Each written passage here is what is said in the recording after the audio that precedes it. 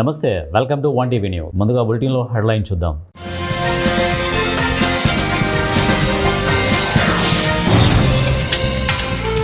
వారం రోజులుగా అజ్ఞాతంలోనే సీఎం చంద్రబాబు, మంత్రి లోకేష్, మాజీ మంత్రి కాకాని గోవర్ధన్ రెడ్డి.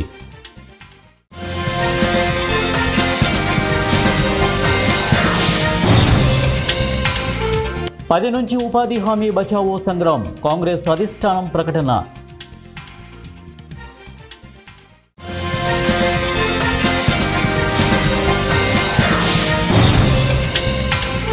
కేసీఆర్ నిర్ణయాలు ప్రాజెక్టులకు మరణ శాసనం, మంత్రి ఉత్తమ్ కుమార్ రెడ్డి ఆరోపణ. బులెటిన్లో డీటెయిల్ చూద్దాం. కేసీఆర్ నిర్ణయాలు కృష్ణా గోదావరి బేసిన్ ప్రాజెక్టులకు మరణ శాసనంగా మారాయని నీటిపారుదల శాఖ మంత్రి ఉత్తమ్ కుమార్ రెడ్డి ఆరోపించారు. రాయలసీమ ఎత్తిపోతల పథకం టెండర్లు పనుల విషయంలో అప్పటి ఏపీ సీఎం వైఎస్ జగన్కు కేసీఆర్ పూర్తి సహకారం అందించారని విమర్శించారు. 2019లో ప్రగతి భవన్లో పలు సమావేశాలు జగన్తో నిర్వహించి గోదావరి జలాలను రాయలసీమకు తీసుకెళ్లి రతనాల సీమగా మార్చుతామని చెప్పలేదా అని నిలదీశారు. శనివారం శాసనసభలో కృష్ణా గోదావరి జలాలపై జరిగిన స్వల్పకాలిక చర్చలో భాగంగా మంత్రి పవర్ పాయింట్ ప్రజెంటేషన్ ఇచ్చారు. రానున్న 3 ఏళ్లలోపు కృష్ణా బేసిన్ ప్రాజెక్టులన్నీ పూర్తి చేస్తామని, కృష్ణా జలాల్లో తెలంగాణకు 71% నీటి వాటా కావాలని ట్రైబ్యునల్ను వాదనలు వినిపిస్తున్నామని పేర్కొన్నారు. పోలవరం నల్లమల సాగర్ ప్రాజెక్టుపై కొందరు అసత్యాలు ప్రచారం చేస్తున్నారని పేర్కొన్నారు. నిన్నగాక మొన్న ఈ ప్రాజెక్టుకు CWC ఆమోదం వచ్చిందని అన్నారు. అసలు ఆ ప్రాజెక్టుకు అనుమతియే రాలేదని అన్నారు. ఈ ప్రాజెక్టుకు వ్యతిరేకంగా సుప్రీంకోర్టులో రిట్ పిటిషన్ వేశామని, ఈ నెల 5న సుప్రీంకోర్టు CJ ముందు విచారణకు రానుందని చెప్పారు. కృష్ణా గోదావరి జిల్లాలకు సంబంధించిన తెలంగాణ ప్రయోజనాలను బీఆర్ఎస్ తాకట్టు పెట్టిందని, తాము ఆ ప్రయోజనాలను కాపాడేందుకే ప్రయత్నిస్తున్నామని పేర్కొన్నారు. మహాత్మా గాంధీ జాతీయ గ్రామీణ ఉపాధి హామీ చట్టంను పునరుద్ధరించాలని, దాని స్థానంలో కేంద్ర ప్రభుత్వం కొత్తగా తీసుకొచ్చిన VBG రామ్జీ చట్టాన్ని ఉపసంహరించుకోవాలని డిమాండ్ చేస్తూ కాంగ్రెస్ పార్టీ 45 రోజుల పాటు దేశవ్యాప్త ఆందోళనలు నిర్వహించనుంది. MGNREGA బచావ్ సంగ్రామ్ పేరిట ఈ నెల 10వ తేదీ నుంచి వచ్చే నెల 25వ తేదీ వరకు ఈ ఉద్యమాన్ని నిర్వహించనున్నట్లు ఆ పార్టీ ప్రధాన కార్యదర్శులు కేసీ వేణుగోపాల్, జయరాం రమేష్ శనివారం ఢిల్లీలో విలేకరుల సమావేశంలో వెల్లడించారు. ఈ నెల 10న జిల్లా స్థాయిలో విలేకరుల సమావేశాలు నిర్వహించి రోజంతా నిరాహార దీక్షలు చేస్తామని, 11న జిల్లా ప్రధాన కేంద్రాల్లో ఆందోళనలు నిర్వహిస్తామని చెప్పారు. 12 నుంచి 29 వరకు అన్ని గ్రామాల్లో పంచాయతీ స్థాయి సమావేశాలు, ఇంటింటికి తిరిగి చైతన్యం కలిగించే కార్యక్రమాలు నిర్వహిస్తామని తెలిపారు. 30న వార్డు స్థాయిలో శాంతియుత ధర్నాలు నిర్వహిస్తామన్నారు. ఫిబ్రవరి 7 నుంచి 15వ తేదీ వరకు విధాన సభల వద్ద రాష్ట్ర స్థాయి గౌరవులు, ఫిబ్రవరి 16 నుంచి 25 వరకు 4 ప్రధాన ర్యాలీలు నిర్వహించనున్నట్లు తెలిపారు. సీఎం చంద్రబాబు, ఆయన కుమారుడు మంత్రి లోకేష్ వారం రోజులుగా అజ్ఞాతంలోకి వెళ్లిపోయారని, రాష్ట్ర ప్రజలకు కనీస సమాచారం ఇవ్వకుండా విదేశీ పర్యటనలు చేయడం వెనక రహస్యం ఏంటో చెప్పాలని వైఎస్ఆర్సీపీ నెల్లూరు జిల్లా అధ్యక్షుడు, మాజీ మంత్రి కాకాని గోవర్ధన్ రెడ్డి డిమాండ్ చేశారు. శనివారం నెల్లూరులోని వైఎస్ఆర్సీపీ కార్యాలయంలో మీడియాతో మాట్లాడుతూ, కనీస సమాచారం కూడా ఇవ్వకుండా వారిద్దరూ విదేశీ పర్యటనలకు ఎందుకు వెళ్ళినట్టు, తండ్రి కొడుకుల రహస్య పర్యటనపై ప్రజలు ఆగ్రహం వ్యక్తం చేస్తుంటే జనం దృష్టి మరల్చడానికి మళ్ళీ డైవర్షన్ పాలిటిక్స్కు తెరతీశారు. పెట్టుబడులు ఆకర్షించడంలో తమకు ఎవరూ సాటి లేరంటూ ఇక ఫోర్బ్స్ ఒక స్టోరీ రాసిందంటూ తండ్రి కొడుకులు సోషల్ మీడియాలో నానా హంగామా చేస్తున్నారు. చంద్రబాబు అధికారంలోకి వచ్చిన నాటి నుంచి పెట్టుబడులన్నీ కట్టు కదలే తప్ప ఏ ఒక్కటి నిజం లేదు. చంద్రబాబు రాష్ట్రంలో లేకపోయినా రెవెన్యూ పుస్తకాల ముద్రణ, పంపిణీ గురించి చర్చించినట్టు ఎక్స్లో పోస్టులు పెట్టి ప్రజలను డైవర్ట్ చేస్తున్నారు. బాధ్యతాయుతమైన రాజ్యాంగ పదవుల్లో ఉండి ఇలా రహస్య ప్రదేశాల నుంచి ట్వీట్లు వేయడం వెనక ఉద్దేశం ఏంటి? వైఎస్ జగన్ గతంలో తన కుమార్తె గ్రాడ్యుయేషన్ డే కోసం లండన్ వెళ్తున్నట్టు చెప్పి మరీ వెళ్లారు. అయినా దాని గురించి ఈ తండ్రి కొడుకులు చేసిన రచ్చ అంతా ఇంత కాదు. కానీ చంద్రబాబు, లోకేష్ ప్రత్యేక విమానాల్లో విదేశాలకు వెళ్ళి కూడా ఎక్కడున్నారో చెప్పడం లేదు. అంత రహస్యంగా పర్యటనలు చేయాల్సిన అవసరం ఏమొచ్చింది అని కాకాని నిలదీశారు. కడప జిల్లా బద్వేలు నియోజకవర్గంలోని లక్ష్మీపాలెం గ్రామంలో కడప నాగిరెడ్డి ఆధ్వర్యంలో శ్రీ ప్రసన్న వెంకటేశ్వర స్వామి దేవస్థానం కోనేరును శుభ్రపరిచే కార్యక్రమాన్ని నిర్వహించారు. ఈ కార్యక్రమంలో ఆయనతో పాటు సభ్యులు, Shri Prasanna Venkateswara Swamy Devasthanam trust board chairman Chatakondu Sanjeev Kumar మరియు కమిటీ సభ్యులు నాగిరెడ్డి పిలుపు మేరకు స్వచ్ఛందంగా సుమారు 150 మంది కార్యకర్తలు పాల్గొన్నారు. చాలా సంవత్సరాలుగా అపరిశుభ్రంగా ఉన్న కోనేరును శుభ్రపరిచారు.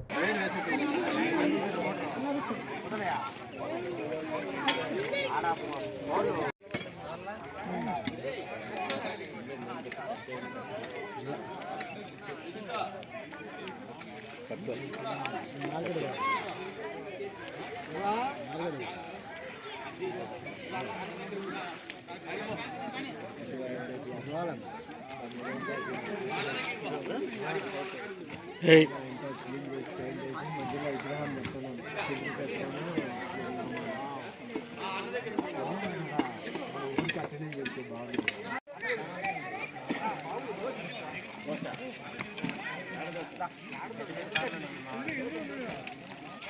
ఆడ ఎదురుగా ఉన్నది, అది ఆడ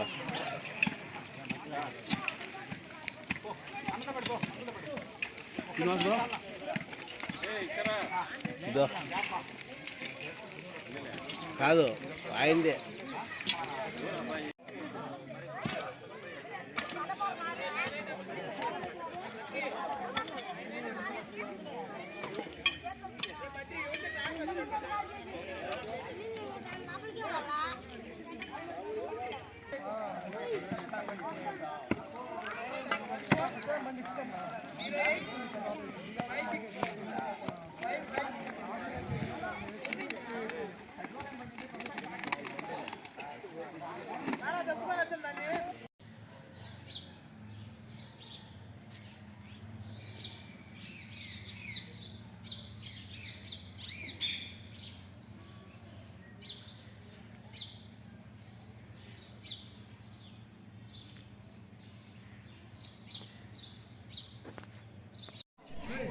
నమస్తే అందరికీ.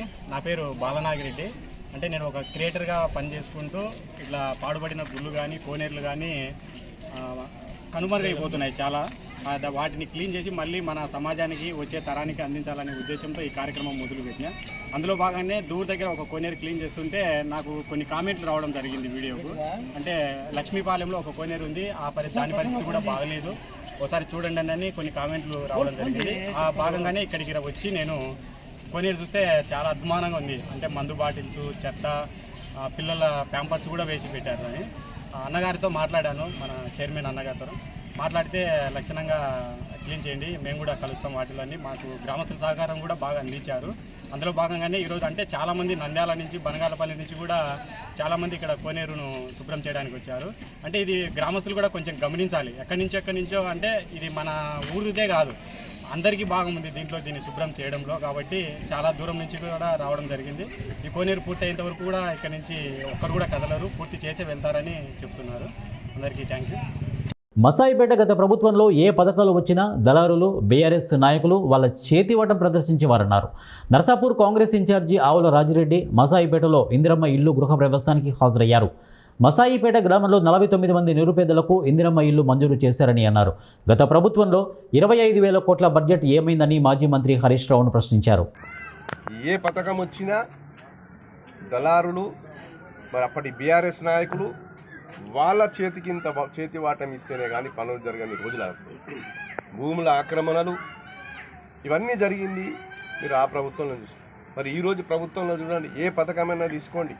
ఇలా ఇందిరమ్మ ఇళ్ళ పథకమే కానీ ఇలా నిరుపేదలకు రాలేదా ఇల్లు? ఇలా అక్బర్, తస్లీం వీళ్ళు నిరుపేదలు గారా? మాసాయిపేటలో ఇచ్చిన 49 ఇళ్లలో నిష్పక్షపాతంగా ఎలాంటి రాజకీయ సంబంధం లేకుండా ఏ పార్టీ వాళ్ళకైనా ఇవ్వడం జరిగిందా లేదా? ఇది మన కాంగ్రెస్ ప్రభుత్వం పాలన. ఇది రేవంత్ అన్న మార్క్. అదే ఈరోజు అసెంబ్లీలో కూడా రేవంత్ అన్న కొట్లాడుతుంది అదే. హరీష్ రావు గారు పదే అబద్ధాలను ముందలికేయడం, ఇప్పుడు జరుగుతున్న దాని మీద ఇది ఎప్పుడవుతుంది అది ఎప్పుడవుతుంది. కానీ 10 సంవత్సరాలలో మరి ప్రతి సంవత్సరం లక్షల కోట్ల బడ్జెట్ను, మరి 10 సంవత్సరాలంటే అది దాదాపు 20-25 లక్షల బడ్జెట్, లక్షల కోట్ల బడ్జెట్ మరి ఎటుపోయింది? మాసాయిపేటలో ఉన్న గ్రామ పేదలకు వచ్చిందా? ఏ నిరుపేద ఇంటికి కనీసం రేషన్ కార్డులు ఇచ్చుకోలేని పరిస్థితి మీ ప్రభుత్వానికి. ఇంగ్లీష్ పెట్టండి. మీ ఇంట్లో కుటుంబ సభ్యులు పెరిగితే, పెళ్లి చేసుకొని కోడలు వస్తే, పిల్లలైతే వాళ్లకు కనీసం బియ్యం ఇచ్చుకోలేని దుస్థితిలో మీరు తెలంగాణను నెట్టేసారు. ఇవాళ మన ప్రభుత్వం వచ్చినాక నిరుపేదలందరికీ రేషన్ కార్డులు ఇవ్వడం జరిగిందా లేదా? కొత్త సభ్యులను చేర్చుకోవడం జరిగిందా లేదా? సన్న బియ్యం పథకం మనం పెట్టుకున్నామా లేదా? దేశంలో ఏదైనా సన్న బియ్యం పథకం ఉందా? రేవంత్ అనే కదా తెలంగాణలో సన్న బియ్యం పథకం తెచ్చింది. మరి స్పష్టంగా వాళ్ళ పాలనకు, కాంగ్రెస్ పాలనకు మరి ఈరోజు స్పష్టమైన తేడా సూర్యాపేట జిల్లా హుజూర్ నగర్లో ఇరు వర్గాల మధ్య జరిగిన ఘర్షణలో ఇద్దరికి కత్తిపోట్లు తగలగా ఇంకొకరికి తీవ్ర గాయాలయ్యాయి. పట్టణంలోని శ్రీ వెంకటేశ్వర స్వామి ఆలయ సమీపంలో మేళ్ల చెరువు బైపాస్ రోడ్డు పక్కన శనివారం ఈ ఘటన రాత్రి చోటు చేసుకుంది. స్థానికులు, పోలీసులు తెలిపిన వివరాల ప్రకారం బైపాస్ రోడ్డు సమీపంలో ఉంటున్న రెండు కుటుంబాల మధ్య గత కొన్ని రోజులుగా గొడవలు జరుగుతున్నాయి. దీనిలో భాగంగా జనిగా నాగమణి ఇంటిపై శుక్రవారం రాత్రి దాడి చేశారు. దీంతో గోసుల శ్రీను, లింగరాజు, లింగయ్య తదితరులపై నాగమణి పోలీసులకు ఫిర్యాదు చేశారు. శనివారం రాత్రి బైపాస్ రోడ్డులో వైన్ షాపులో గోసుల గంగయ్య మద్యం తాగుతుండగా అక్కడే ఉన్న నాగమణి కుమారుడు వినయ్ అతన్ని దూషించడంతో ఆయన తన మనవళ్లకు ఫోన్ ద్వారా సమాచారం ఇచ్చాడు. మనవళ్లు గోసుల వినోద్, నవీన్ మరికొందరు వచ్చి వినయ్తో గొడవ పడ్డారు. వినయ్ కత్తితో వినోద్, నవీన్ను గాయపరిచాడు. వినోద్ వర్గీయులు వినయ్పై రాళ్లతో, చేతులతో దాడి చేసి తీవ్రంగా గాయపరిచారు. స్థానికులు పోలీసులకు సమాచారం ఇవ్వడంతో వినోద్ వర్గీయులు అక్కడి నుంచి వెళ్లిపోయారు. 108లో ప్రాంతీయ ఆసుపత్రికి తరలించారు. అక్కడి నుంచి సూర్యాపేట జిల్లా ఆసుపత్రికి తరలించారు. కత్తిపోటు వల్ల గాయాలైన వినోద్, నవీన్లు ఖమ్మంలో చికిత్స పొందుతున్నారు. ఎస్ఐ మోహన్ బాబు ఆధ్వర్యంలో పోలీసులు ఘటనా స్థలానికి వెళ్లి వివరాలు సేకరించారు. ఖమ్మం సిపిఐ కార్యాలయంలో శతాబ్ది ఉత్సవాలపై ఆ పార్టీ జాతీయ కంట్రోల్ కమిషన్ చైర్మన్ నారాయణ విలేకరుల సమావేశం నిర్వహించారు. ఈ సందర్భంగా ఆయన మాట్లాడుతూ 18వ తేదీన 100 సంవత్సరాల ఉత్సవాలు జరుగుతున్నాయని, ఈ ఉత్సవాలకు దేశవ్యాప్తంగా నాయకులు వస్తున్నారని అన్నారు. ఈ నెల 18న జరిగే ఉత్సవాలకు ఖమ్మం జిల్లా ప్రత్యేక పాత్ర పోషిస్తోందని అన్నారు. వచ్చే జనరేషన్ వాళ్లకు మోడీనే హీరో అవ్వాలి, అందుకు గాంధీ పేరును తొలగించాలని, గాంధీని చంపింది గాడ్సేనే, అందుకే ఆయన పేరును పథకాల నుండి తొలగిస్తున్నారని, చంద్రబాబు గొప్ప పథకం అని ప్రగల్భాలు పలికి భిక్షాందేహి అని అడుక్కుంటున్నాడని విమర్శించారు. గ్రామీణ ఉపాధి పథకం రద్దు అయితే ఆకలి చావులు పెరుగుతాయని, గ్రామీణ ఉపాధి హామీ పథకం యూపీఏ ప్రభుత్వం రద్దు చేసేందుకు చూస్తే వామపక్ష పార్టీలు వ్యతిరేకించి దానిని రద్దు కాకుండా చేశాయని, దీనిపై దేశవ్యాప్తంగా ఆందోళనలు చేస్తామని వారన్నారు. అదే పద్ధతి కోసం భారతదేశం తెలుసుకోవాలని తెలియదు. మన భారతదేశాన్ని కుక్కగా పాడిన పిచ్చుకుంది తప్ప డ్రగ్స్ మీద పెట్టి దాడి చేశారు. డ్రగ్స్ మీద పెట్టి దాడి అంటే ఇది డ్రగ్స్ కాదు కారణం. విడుదలలో ఉన్నటువంటి సంపద, అత్యంత అమూల్యమైన సంపద, ఆయిల్, ఖనిజాలు. సౌదీ అరేబియా తర్వాత అత్యంత నిల్వైనటువంటి ఆయిల్ అక్కడే ఉంది విడుదలలో. మొదటి నుంచి కూడా అది చావేజ్ రావు ముందరగా అమెరికన్ కంపెనీసే దాన్ని మెయింటైన్ చేసేది. అంటే ఈ ఏమంటారు, చిత్తం శివుడి పైన, శిల్ప ప్రసాదం పైన. శివుడు చూస్తుంటాం కానీ ప్రసాదం పెట్టుకుంటాం, దాన్ని ఎప్పుడు తినాలని కోరిక. అందులో చిత్తం శివుడి పైన, శిల్ప ప్రసాదం పైన అన్నట్టుగా దాని చిత్తం పెట్రోల్ పైన. అదే సద్దాం హుస్సేన్ని హతమార్చారు. అది చెప్పడానికి చాలా ఉన్నాయి వరుసగా వాళ్ళు చేసినటువంటి పనులు. కనిపిస్తుంది చెప్పడం అంటే వాళ్ళ ప్రయత్నం.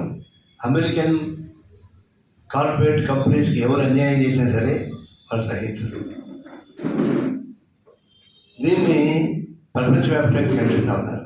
అందులో ఎన్నికైన ప్రెసిడెంట్ అధ్యక్ష భవనాల్లో భార్యాభర్త అట్లా పడుకుంటే వచ్చి దాడి చేసి తీసుకెళ్ళిపోతారా? ఇది ఆశ్చర్యం. అంటే మొగుడు పిల్లలు కూడా కాపలు చేసుకుంటాయి. రాష్ట్రాలు అంటే వాళ్ళు కూడా ఉన్నాయి. అయితే ఇది లీగల్ ఎలక్టెడ్ ప్రెసిడెంట్ అతని పైన దాడి చేసి అతని అటాక్ చేసి, ఇదంటే పొలిటికల్ అటాక్, రాజకీయ దాడి కాదు. క్రిమినల్స్ కిడ్నాప్ చేయడానికి క్రిమినల్స్ ఏ విధంగా అయితే కిడ్నాప్ చేయడానికి ప్రయత్నిస్తారో ఆ పద్ధతుల్లో ఒక ప్రపంచంలో రాజకీయ నాయకుడు గుర్తున్నటువంటి ట్రంప్ దీని అనుసరించడం అనేది ప్రపంచ ప్రజాస్వామ్యం అభివృద్ధి కోసం సరిపడ్డాం. దానికి కారణం చెప్పచ్చు. ఆయన డ్రగ్స్, మాదక ద్రవ్యాలు అవి వెనుదలకి వస్తున్నాయి. చిత్తూరు జిల్లా గంగాధర నెల్లూరు నియోజకవర్గం ఎస్ఆర్పురం మండలం, గంగాధర నెల్లూరు మండలాల్లో రాజముద్రతో కూడిన పట్టా పాస్బుక్లను ప్రభుత్వ whip MLA doctor VM Thomas రైతులకు అందజేశారు. ఆయన మాట్లాడుతూ జనాల పాస్బుక్లు జగన్ బొమ్మ వేసుకుని ప్రజల భూములను కొల్లగొట్టేశారని, అందుకే గడిచిన ఎన్నికల్లో ప్రజలు జగన్కి తగిన బుద్ధి చెప్పారని ఎమ్మెల్యే డాక్టర్ విఎం థామస్ మాజీ ముఖ్యమంత్రిపై మండిపడ్డారు. నేడు కూటమి ప్రభుత్వంలో ముఖ్యమంత్రి నారా చంద్రబాబు నాయుడు రాజముద్రతో కలిగిన పాస్బుక్లను ఇవ్వాలని నిర్ణయించి నేడు వారికి సంతోషానికి అవధులు లేవని అన్నారు. అదేవిధంగా ఓ వ్యక్తి చనిపోయినప్పుడు తన సమాధి వద్ద తన పేరు రాసి ఒక రాయి నాటేవారు. అలాంటిది జగన్ ప్రజల భూముల్లో తన పేరు గల నెంబర్రాలను నాటించారు అంటే తన పబ్లిసిటీ పిచ్చి ఏ స్థాయికి చేరిందో అర్థం చేసుకోవచ్చని అన్నారు. అదేవిధంగా వైసీపీ పాలనలో మాజీ డిప్యూటీ సీఎం నారాయణస్వామి ఎస్సీలపైనే ఎక్కువ కేసులు పెట్టించారని అన్నారు. ఖచ్చితంగా ఇది మన భూమి మన హక్కే.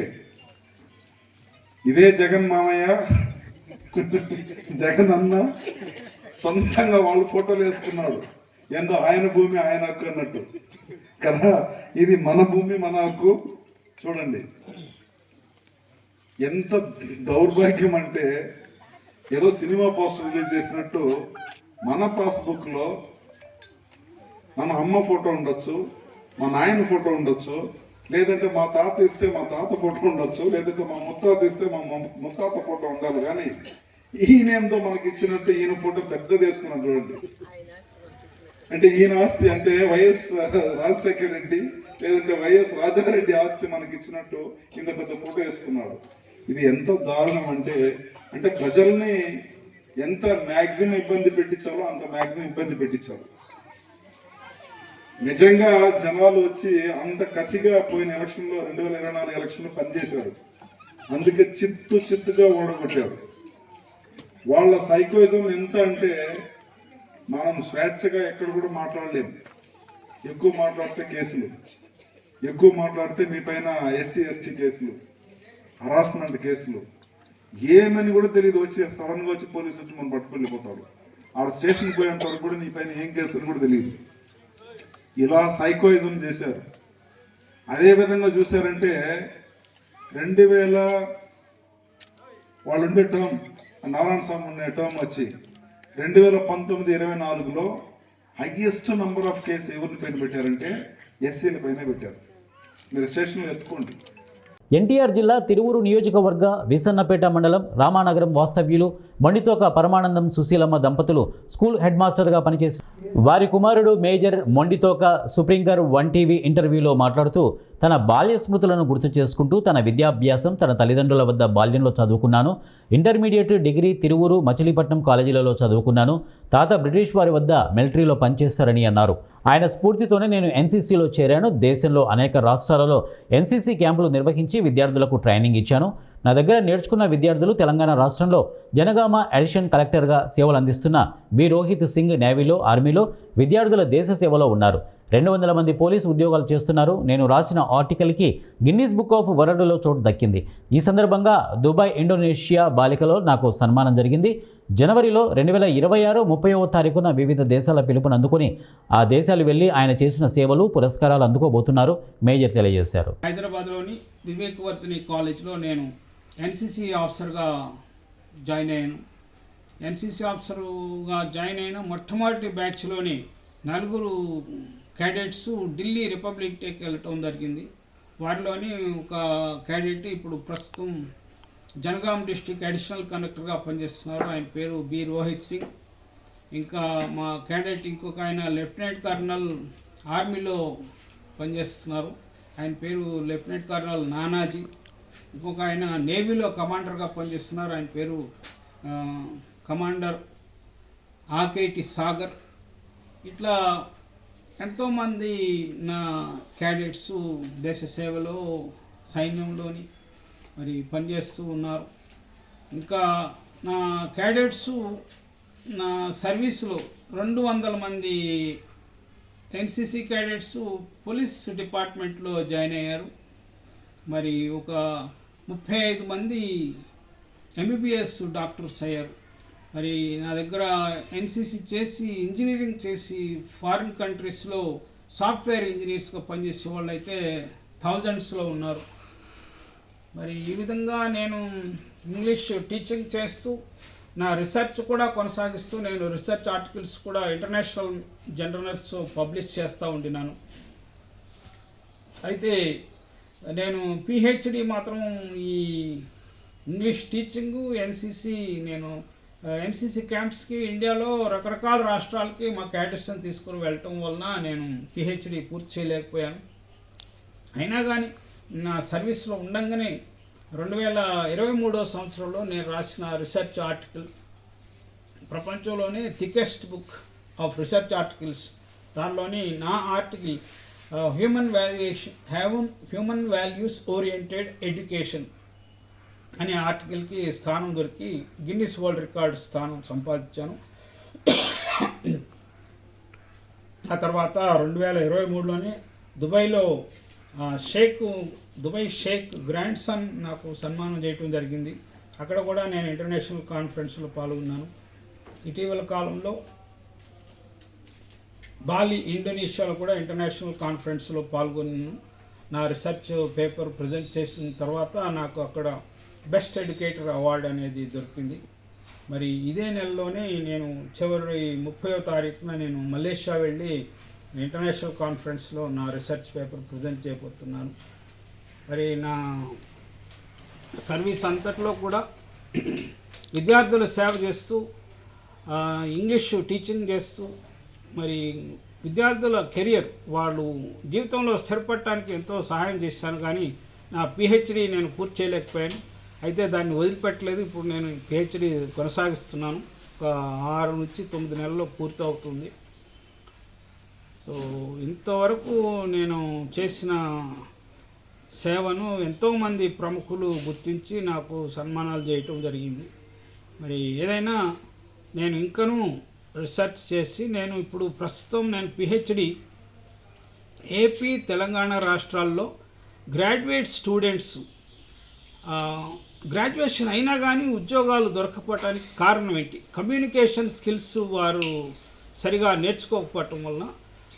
విజయనగరం జిల్లాలోని భోగాపురం అంతర్జాతీయ విమానాశ్రయంలో ఆదివారం ఉదయం తొలి విమానానికి సంబంధించిన వాణిజ్య పరీక్ష విజయవంతంగా పూర్తయింది.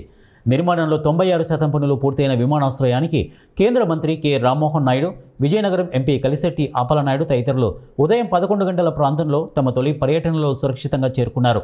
Collector S Ramasundar Reddy, joint collector Sethumadhavan, పలువురు ప్రజాప్రతినిధులు, జిఎంఆర్ గ్రూపు కార్యనిర్వాహకులు రన్వే వద్ద మంత్రికి, ఇతర ప్రముఖులకు స్వాగతం పలికారు. విమానాశ్రయంలో తొలి ట్రయల్ రన్ విజయవంతంగా పూర్తి కావడంపై అంతా హర్షం వ్యక్తం చేశారు. కొత్త విమానాశ్రయం ఉత్తరాంధ్ర ప్రాంతం మొత్తం ఆర్థిక కార్యకలాపాలకు ఊతమిస్తుందని ఆశాభావం వ్యక్తం చేస్తూ ఇది విమానయాన రంగంలో ఒక చారిత్రాత్మక దినమని రామ్మోహన్ నాయుడు అన్నారు. విమానాశ్రయం పూర్తిస్థాయి కార్యకలాపాలకు జిఎంఆర్ గ్రూప్ జూన్ 30, 2026 గడువును పాటిస్తోందని ఆయన విశ్వాసం వ్యక్తం చేశారు. ఈ ప్రాంతంలోని వివిధ ప్రాంతాల నుండి వచ్చే విమాన ప్రయాణికులకు ఎలాంటి ఇబ్బందులు లేకుండా ప్రయాణించేలా చూడాలనే లక్ష్యంతో అన్ని మార్గాల్లో రోడ్డును విస్తరించేందుకు ప్రభుత్వం చర్యలు తీసుకుంటోందని ఆయన చెప్పారు. జిఎంఆర్ విశాఖపట్నం అంతర్జాతీయ విమానాశ్రయం లిమిటెడ్ 2200 ఎకరాల భూమిలో 4725 కోట్ల అంచనా వ్యయంతో ఈ గ్రీన్ఫీల్డ్ విమానాశ్రయాన్ని నిర్మిస్తోంది. ప్రభుత్వ అంచనాలకు అనుగుణంగా ప్రత్యేక శ్రద్ధ తీసుకొని 96% పనులు పూర్తి చేసినట్లు GMR group deputy managing director I Prabhakar Rao మీడియాకు తెలిపారు. ఆయన ప్రకారం కొత్త విమానాశ్రయం నుంచి 200 విమానాలను నడపవచ్చు. రాత్రి సమయంలో 18 విమానాలను పార్క్ చేయవచ్చు. ఈ విమానాశ్రయం ప్రతి సంవత్సరం 20,000 టన్నుల కార్గోను నిర్వహించగలదు.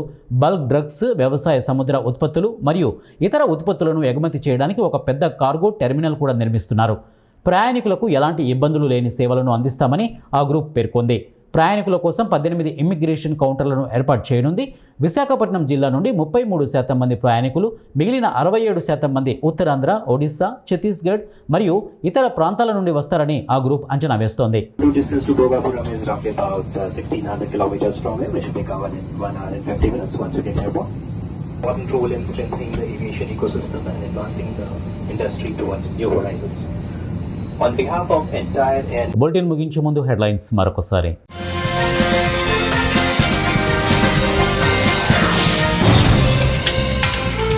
వారం రోజులుగా అజ్ఞాతంలోనే సీఎం చంద్రబాబు, మంత్రి లోకేష్, మాజీ మంత్రి కాకాని గోవర్ధన్ రెడ్డి.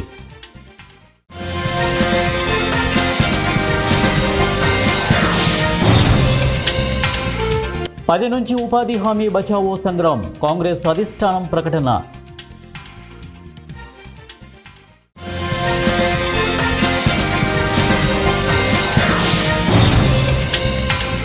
కేసీఆర్ నిర్ణయాలు ప్రాజెక్టులకు మరణ శాసనం, మంత్రి ఉత్తమ్ కుమార్ రెడ్డి ఆరోపణ. ఇవే బులెటిన్ అప్డేట్స్. నెక్స్ట్ బులెటిన్లో కలుద్దాం. Until then keep watching 1TV News.